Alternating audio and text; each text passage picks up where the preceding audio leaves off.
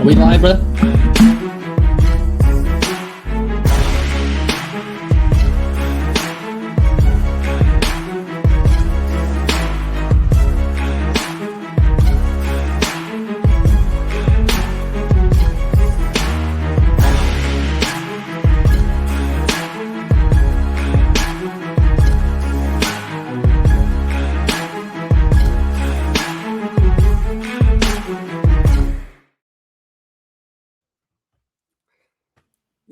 That's tough. Yes, sir.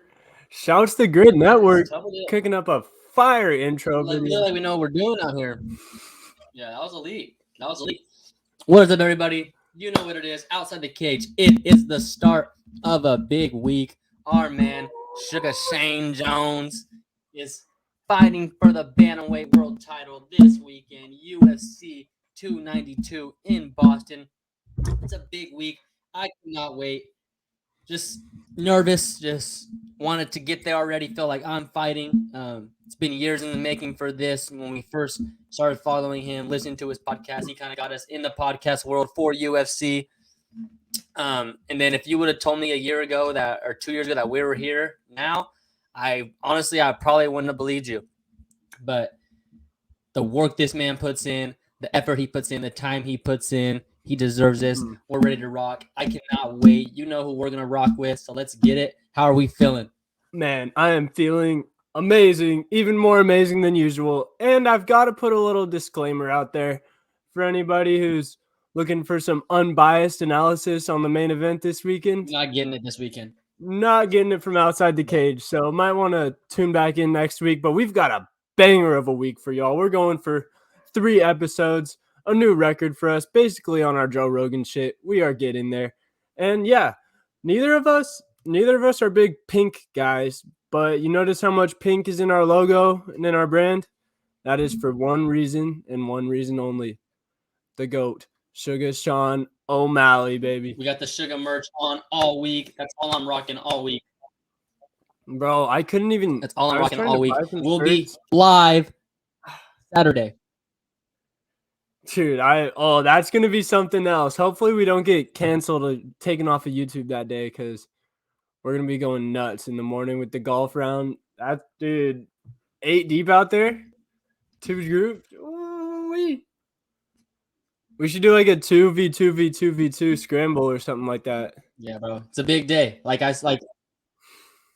Yeah, bro. I kind of it's a big event, bro. So I was just like, I want to make it a whole day. I want to make it a whole weekend. We're going golfing Saturday. We're going live Saturday. We're watching the fight Saturday.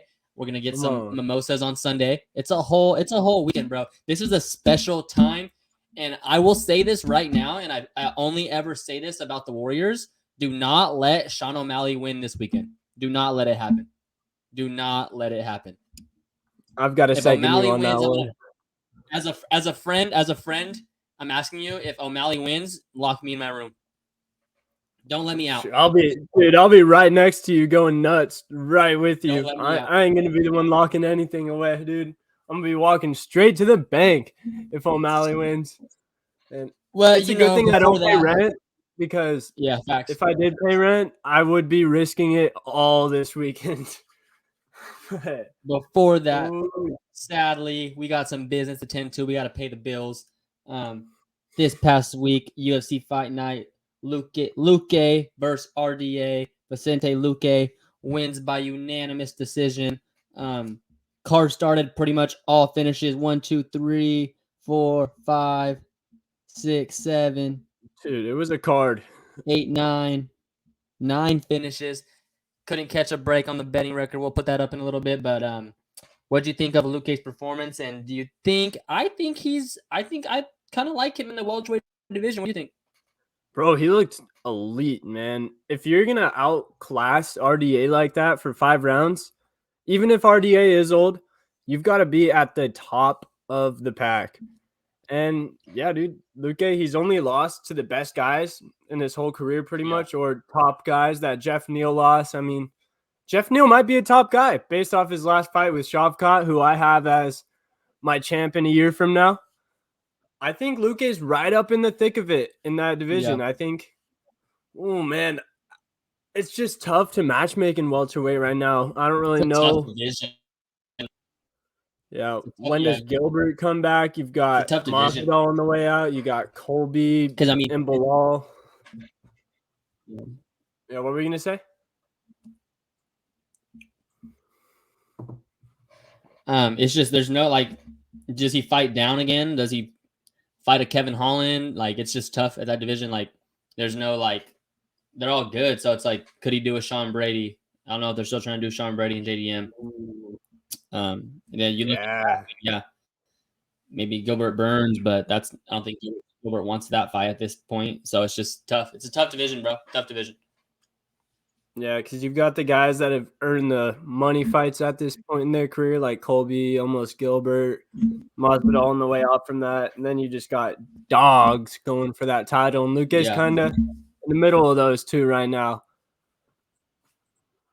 But were there any other fights that stood out to you? I know the co-main stood out in a bad way for you. Cub Swanson versus Hakeem. Yeah. Cub is one of my favorite fighters, but I don't think he won that. Cub said it right after, which was very respectable. You could tell he wasn't happy with his performance. It almost seemed like he would have rather had lost. That's stupid because he's getting double the pay, but it seemed like the win was almost taking a toll on him just because he knew that he didn't win. It was a good fight, but you think Cubs on show and win still? Oh, that's true. Because he's a guy where whether he wins or not, he's still going to bring a lot of eyes in. So, and he's a vet in the game. That's a good point. He might not be, but gosh, I feel for Dawodu. I feel for you. It was the last leg of a 5-legger for you, right? Sorry to bring it up, but yeah, man, it's not the first time we've said it. It was not a good weekend overall betting. Yeah, not at all. It was not a good weekend overall betting. I took a lot of chances, didn't work out. Yeah, I liked a lot of favorites. I didn't want to pay the price. I ended up winning. I didn't messed up there. It's just overall bad betting. I typically am under on rounds, and this was the perfect card to take unders, and I didn't take them. Yeah, I mean, we can pull it up, bro. Let's see, we can pull it up. Yep, lost all. Your girl Jelena Miller fucking sucks. Hey, I said that. Conejo was terrible. McKinney looked real elite. Mm-hmm. McGee looks special. Nice. Shout out Suga Sean's teammate. The one I wanted, bro, that could have fixed the day was Friend by submission round 2. He had him twice in submission attempts. Couldn't get it done, but I'm not mad at that one. That was actually my favorite bet on the card. I really wanted to hit that one. Paulie Vienna again. And just bad bet. And then Khalil Roundtree put a little color on our chart there. So, yep, we're gonna start tracking that overall record. So we're 1-7 overall, minus $592. But you know, the game of runs, and Suga Sean put us in the green. Facts. It just takes one. All it takes is the main event of 292, and you are back. That minus is a plus sign again. Like I said earlier, it's a good thing we ain't paying rent yet. Exactly. I liked Khalil Roundtree. I liked Marcus McGee. I liked Terrence McKinney. I almost put Francis Marshall in the parlay, bro, but I was like, nah. See, and that's one of the ones where I would have bet Bulgarian, but I was like, nah. Did you see Bulgarian? How he said he Martin Boudet, he was in that. Bulgarian was saying that he lives in RV. Yeah, you're all good. Hey, we won't have to worry about that on Saturday though. Man, the in-person shows just get different. No lagging Saturday. But Bulgarian we've only done 2, huh? We've only done 2 live shows. Yeah, the KGs and International Fight Week. We only do it for big events because we got 2.5-hour drive in between us. But yeah, Bulgarian said he lives in an RV outside of his gym, so this should be a win that changes his life. He can dive even more into MMA, into the UFC. And yeah, dude, McKinney and McKee, the two that you already said, they both looked very good. I said this was a must win for Terrence McKinney, and it looks like he felt the same way. He didn't really show that guy he didn't show him I don't want to say he didn't show him like the respect, because it was like in a good way. You know what I mean? He just walked him down, did what he was going to do, got in, got out. Like, watching that fight, you look at it and you're like, how was McKinney ever lost? How does he have 6 losses? Well, I think no matter what, like just the way he came out and the way how dominant he was. Yeah, that's all his fights end in under. Seems like they all end in the first round, whether it's good or bad for him. He just kind of puts himself out there, tests his skills, and says, we're going to throw down, and one of us is going to be standing at the end of the round, and sometimes it's not him. Yeah, people were saying that Frivola it was Frivola who he knocked out in like 5 seconds or something like that, right? Mm-hmm. People were saying that was almost looking like a fluke, but T-Mac getting back on I always forget that Tracy McGrady is T-Mac, but yeah, McKinney getting back on the train, baby. Let's go. Elite wrestler too, really but never using it. Yeah, I really like Martin Boudet. I like him in the heavyweight division, undefeated. He's like on a 6-7 fight win streak. He looks good. First finish in the UFC. Again, an under I would have took. Fucking bullshitting. Damon Blackshear with the twister submission. Yeah. Really good. What was that, like the 3rd or 4th one in UFC history? 3rd, yeah. Your boy Bryce Mitchell. Yeah, Thug Nasty. He'll be back. And then Yasmin Yusindo, the one who we seen in San Diego fight Yasmin, she got the win via sub, 21 years old. 20 fights at 21 years old is crazy. Bro, yeah, professional fights. That's insane. So she must have been fighting pro since she was like 15. Holy damn. She just said, fuck being an amateur. I'm going straight to the pros. I guess, bro. That's crazy. But yeah, she's really good. I kind of like, we said it a long time ago in San Diego, like, we're going to see these two fight again, or like these two are going to be really good. Yasmin obviously just got knocked out. Hopefully she comes back from that. I kind of had higher hopes for her than that. I mean, tough loss, but it's a bad matchup. Kind of like I said that week, I didn't like her chances a lot, just from the betting perspective. I wish I would have got that one wrong. I got them all wrong this weekend. But yeah, great card. It was actually kind of cool. Like, I was like really interested in this card because I was just so anxious for the Saturday. So I'm like, bro, I gotta watch some fights. Yeah, facts. Contender series tomorrow also. Yeah, contender series, and we see who Brad Katona's fighting. Yeah, I got the spoiler if you want me to hit it, or should I keep the? How do you have the spoiler? They already have it. Chandler tweeted it on. He blew it on a tweet and then deleted it. Doesn't really have much steam yet, but I went on the Underworld, had to get on my CIA shit. What did what was the tweet? Let me find it really quick. I had it on my phone. It was something along the lines of, let's see, I should be able to get it right now. All right. Chandler tweeted August 14th, which is today at 1:08 p.m. Oh, wow. So he just did it like 2 hours ago and then deleted it right after. He said, headed to Boston this weekend to watch my tough 31 boys scrap. Kurt versus Austin will be tough to watch, but both will get contracts. That's the 155 fight. No spoilers there. Yeah. I'm predicting. But get ready to watch Cody get a dominant dub. Cody Gibson fights tonight against Rico, the Boston guy. So there we go. Yeah. Cody Gibson versus Brad Katona, unless Chandler's just throwing smoke screens out there. Brad Katona. I hope I'm not a big Katona guy, but Gibson also trains at the Pit, legendary gym in Slow. It's only an hour 15 away from me. Dude, I just don't like how Katona, he talks with an Irish accent, but he's from Canada. I didn't like his whole, like, when he was, like, asking Chandler, like, when we're going to watch film and shit. Yeah. Like, usually, like, coaches, we watch it together. It's like, bro, relax. Yeah. We're fucking 35. You've had plenty of chances to watch film. I like Austin Hubbard in the 55 fight. Yeah, dude, Hollabaugh, that was a war. Hollabaugh and Jason Knight. I know we recorded the day before that one, but that was definitely the fight of the season. I feel like that's one of the best tough fights of all time. McGregor said it. He said a classic tough fight. A classic tough fight right there, boys. Speaking of that, this weekend Connor was at his typical boxing matches, getting drunk as fuck. He says that him and Chandler December, and then he said he's gonna fight Justin Gaethje, and then he says he's gonna do the trilogy with Nate Diaz. Obviously, I don't think those ever happen. But let's talk about the first fight that I think is gonna happen. Chandler Connor in December. I think obviously the ball's always been in Connor's court.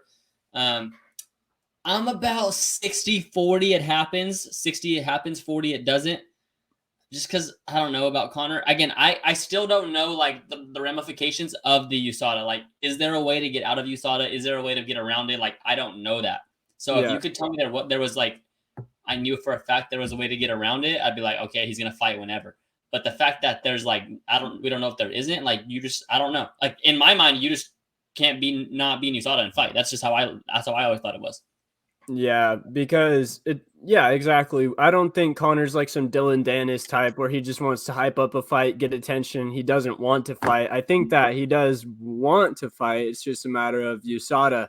If we could just get a comment from them, I'd be 80-20 on it happening. But I agree with you. I don't think they're gonna. But like, the thing is though, is I don't think they're gonna ever come out and say he doesn't have to be in USADA. Yeah, like I just want to hear him say he's in the pool or he has been in the pool. Like, if they forged a couple documents and said he was in there 2 months earlier and then he did have some clean tests, I'm cool with it.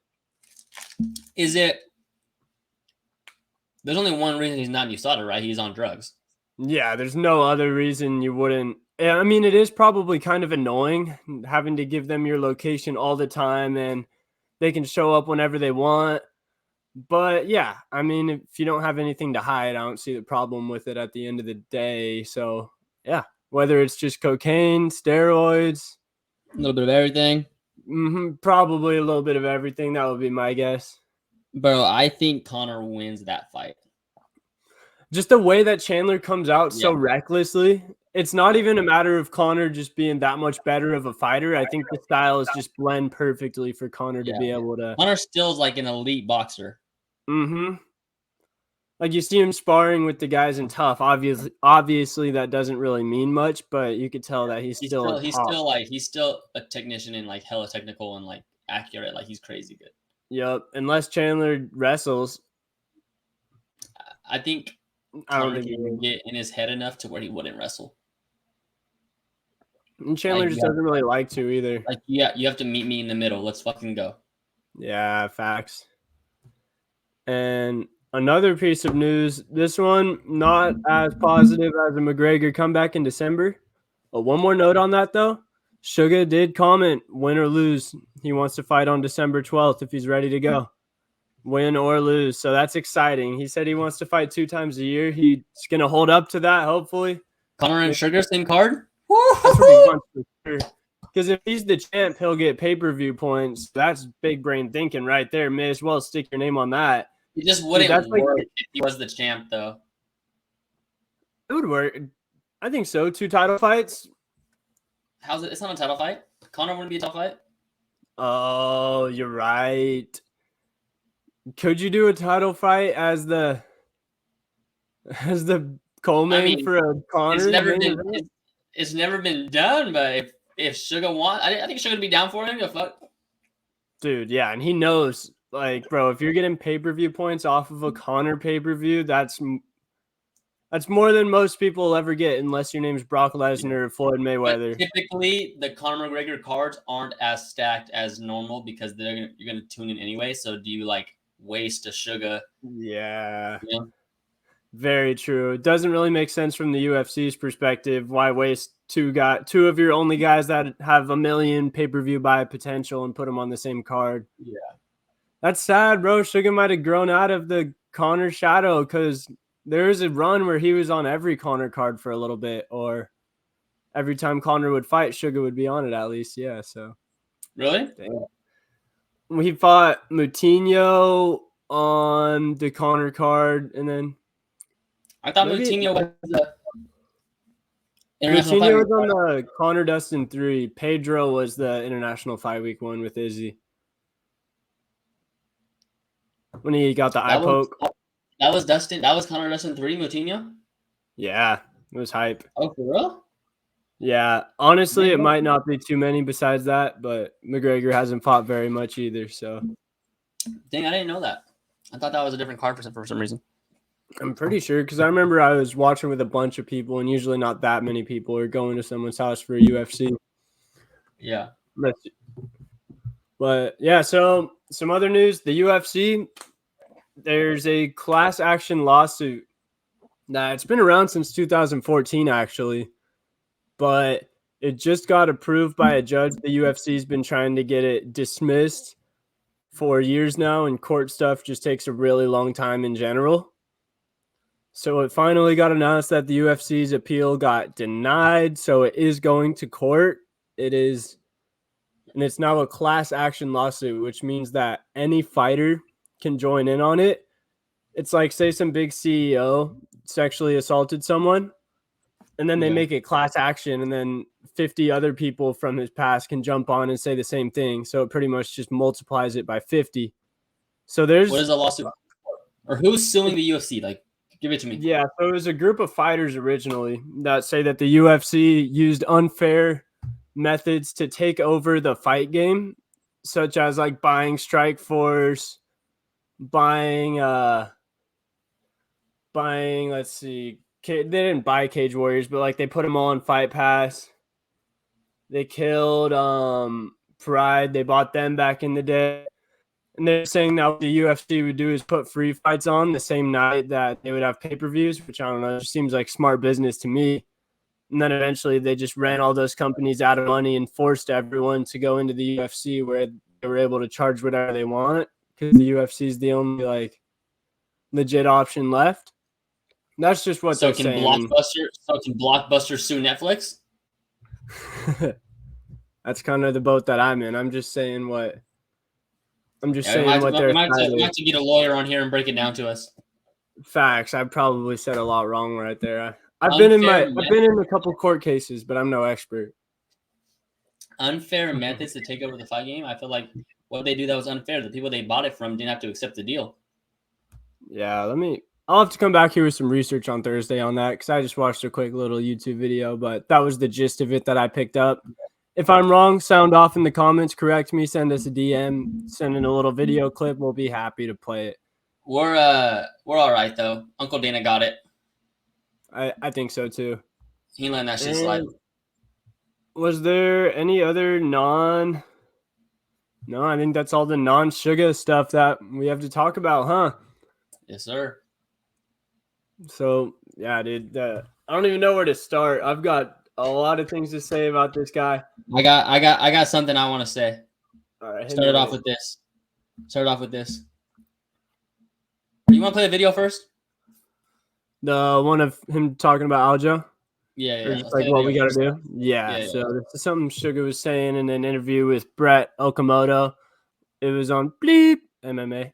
Life or death, do not let him grab me. That's my mindset going into this fight. Do not let him grab me. He's going to make a mistake. Neither of us can really afford to make a mistake. He makes too many mistakes on his feet. I will find his chin. He's cutting a lot of weight. There's no secret. He's always cut a lot of weight. He's just a big guy. He probably walks around at 165, 170. I walk around 155. Like, he's naturally a bigger guy. So he's going to have to cut more weight. And I know that's going to affect his chin. I find people's chins. I knock a lot of people out in the first round, or at least drop them in the first round. I dropped Eddie Wineland in the first round, Jose Quinones in the first round, Thomas Almeida. I dropped Chris Moutinho in the first. I drop people. I find their chins pretty fast. So it's a matter of who's going to make the mistake first. That shit gives me chills, bro. Nobody is like... People on the outside, I mean, we're on the outside too, but we kind of like follow this dude a lot. Like, they don't realize the like outside the cage stuff that this man does. Like, from having like his blood work fucking done to knowing how much he needs to eat, how much he needs to sleep, tracking his sleep like no other. He's like a fucking sleep scientist. He had a sleep scientist team go to his house and adjust his sleeping schedule for Boston, so by the time it comes fight time in Boston, he's peaking. No one 11:30 does p.m. that. Boston time, baby. He's No one does that, bro. Like nobody does that. So like it's not a coincidence that he's here. And that's why like he has a chance in this fight, bro, because a lot of the stuff it's like against Peter Yan. Like he took some shots against Peter Yan that not a lot of people can take. And it's all from the stuff he does. Like literally his sleep, his training schedule, how dialed in his training is, how much he tracks his training, his meal preps, his weight cuts. He has someone who manages his weight cut. Like shouts Dan Garner. Like that shit. There's no one else that's more prepared than this dude. No one else. And when you have a guy like that, I'll lay my money on the line for him every time. dude, and you combine that with just the natural athleticism, talent, speed, eyes, timing that he has. It's the perfect storm. And then the one thing that you would think is, shoot, hopefully he doesn't go the Johnny football route, start partying a little too much, which a lot of people think that he does just based off of the personality that he throws out there on Instagram. But the real fans know that he's just doing that so more people tune in. He's just putting more money in his own pocket. But yeah, this guy, he's one of the most dedicated, disciplined fighters that we've ever seen. I heard Dan Hardy, he had a really good 20-minute breakdown of this fight. I'd recommend go watching it on his YouTube. He was saying Suga represents the modern MMA fighter in terms of having a cool podcast, breaking news on there, being big on social media, and all the preparation that you just touched on, the elite, just thinking about training, not just training, but really planning everything out to get the most out of it, being ready for those 25 minutes. And also the Red Hawk. I don't think he's getting enough love yet. He does from us. We know Coach Tim, best coach in the game, up there with Eugene. We'll say they're even just, because we got alliance to both. But yeah, man, Tim Welch, Suga's coach for 10 years, took him in Montana back in the day. They lived together. They grinded together. Now Tim has his own gym, has some other fighters that are starting to come up through the amateur ranks. It's just a match made in heaven between them two. Yeah, bro. It's a great story from where they started. Bro, now Tim's going to be coaching up against Matt Serra and Ray Longo, two of the best coaches in the game who have had multiple champs. They got current champs, current contenders. So this thing is really just straight out of a movie. Yeah, And bro, usually I can't fuck with Matt Serra this week. I know, he's like my favorite. Oh, man. Him and Longo are two of my favorite personalities in the whole sport. Yeah, Did you bro, see the new Looking for a Fight? Yeah, I did watch it, actually. It was cool. Sarah said, I guess Power Slap didn't work out. Yeah. Yeah, bro, hella cool. Din Thomas is hella... Bro, when I seen, like, Din Thomas in Vegas, bro, he's hella cool, bro. He's so fucking cool. Didn't you say he was watching Corey sparring and stuff like that, just, like, actually spending time with you guys? And yeah, bro, we were waiting for the Uber. We were just talking about it for, like, 10 minutes. We were just chilling. Oh, he was waiting for one, too? Yeah. Hey, that's a perfect spot. Then we saw Giga waiting, or when we were getting into the taxi, huh? Yeah, it's like Giga. Bro, man, it hits different. I wish this was in Vegas. I think we would be there right now. We got to get to a Suga Sean fight, bro. That's next. I think if this was anywhere that's not on the East Coast, I think there's a good chance this one wouldn't be live, but the Thursday and Saturday ones would be in a hotel room. I for sure, like, I could see him fighting in, like, Arizona. I was going to say Phoenix makes perfect sense because that's his home turf. So the whole crowd would be going nuts for Suga Sean. Yeah. Dude, we do got to throw some love the other way too, though. He is fighting Aljamain Sterling, who everyone kind of agrees now he's the bantamweight GOAT just based off of who he's beat. Even before his title run, he's been running through the division for a long time now. Got knocked out by, it was Marias, right? That knocked him out back in the day. Only blip, really. And then that first Peter Yan fight, got a lot of haters from that.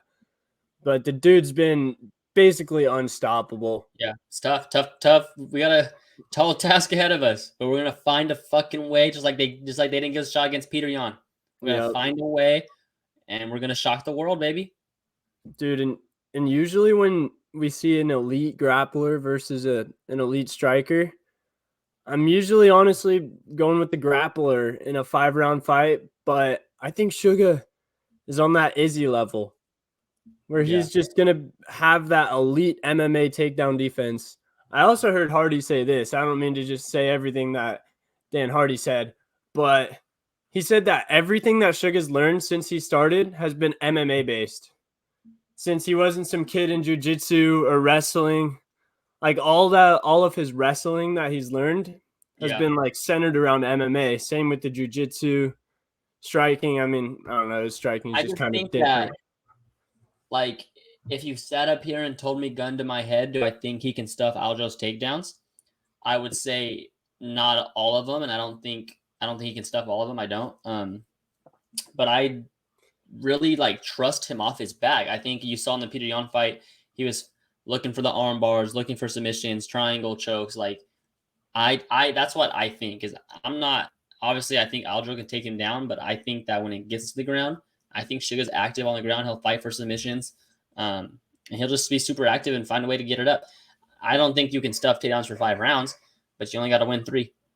Yeah, facts. And I think when I just can already picture it in my head, Aljo shooting for a takedown and Suga just catching him with a knee. That's what I've been saying all week, bro, dude. I've been saying a knee all week. Maybe that one doesn't knock him back, but that just changes the whole fight. Like he stumbles all the way across the cage, back on. He has to start quick. He has to win rounds 1 and 2, and then try and steal 1 3 through 5. If it goes to decision, obviously we hope he knocks him out. But I think the longer the fight goes, it's worse for us. Yeah, I agree because Aljo wants to get in that grinding, grappling match, just deep waters. And I even think Aljo's game plan is like, okay, try and survive rounds 1 and 2, take him to deep waters, smother him for 3, 4, and 5, or 2, 3, 4, 5. Like that's what I think. So I think either Suga has to come out and get a fucking finish early, and we're going nuts, or he has to really dominate rounds 1 and 2. Try and stay alive in round 3 and 4, then maybe still round 5. I think that's the path to victory. Bro, I hope Aljo doesn't come out doing that hands on the knee shit. I'd fucking knee his ass. Fuck you. Dude, that's when I wish Pride rules were around more than anything else, just so Suga could put his lights out. Are you getting into town Friday or Saturday? Yeah, Friday night. I'm going to come after work. Saturday morning. We have a weekend, brother. Again, if y'all didn't hear, we're golfing Saturday morning. We're not stopping. Right from the course to the house, live show, and then it's on. We're gonna go live probably like during some prelims, so we can kind of like watch a little prelims while we're going live to get a little energy. We'll be a little lit. I ain't gonna lie to you. I got the Suga wig, getting a haircut right now, so we'll have the Suga wig ready for y'all. Yeah, brother, can't wait. Time's going by so slow. Also, is there anything that pops out to you here? We got, for anyone just listening, these are the current betting lines. Ian Gary's off, right? Or he's fighting Neil Magny? He's fighting Neil Magny. Yeah. Jeff Neal pulled out. I don't want to say anything for sure yet. Obviously, I like Suga Sean. I probably like Zhang by submission. Ian Gary possibly over there. I like Cheeto, sadly. I mean, I feel like we like Cheeto more than Prelim Pedro, right? So give me for sure. So give me Cheeto. Give me Brad Tavares, sadly. And I like Austin Hubbard. I haven't seen that line for that yet. So yeah, that's probably what I would have lined it. I like Austin Hubbard. I think he's just a little bit younger, a little bit more faster, a little bit more technical. He's not gonna get into a fucking brawl with Kurt Hollowball.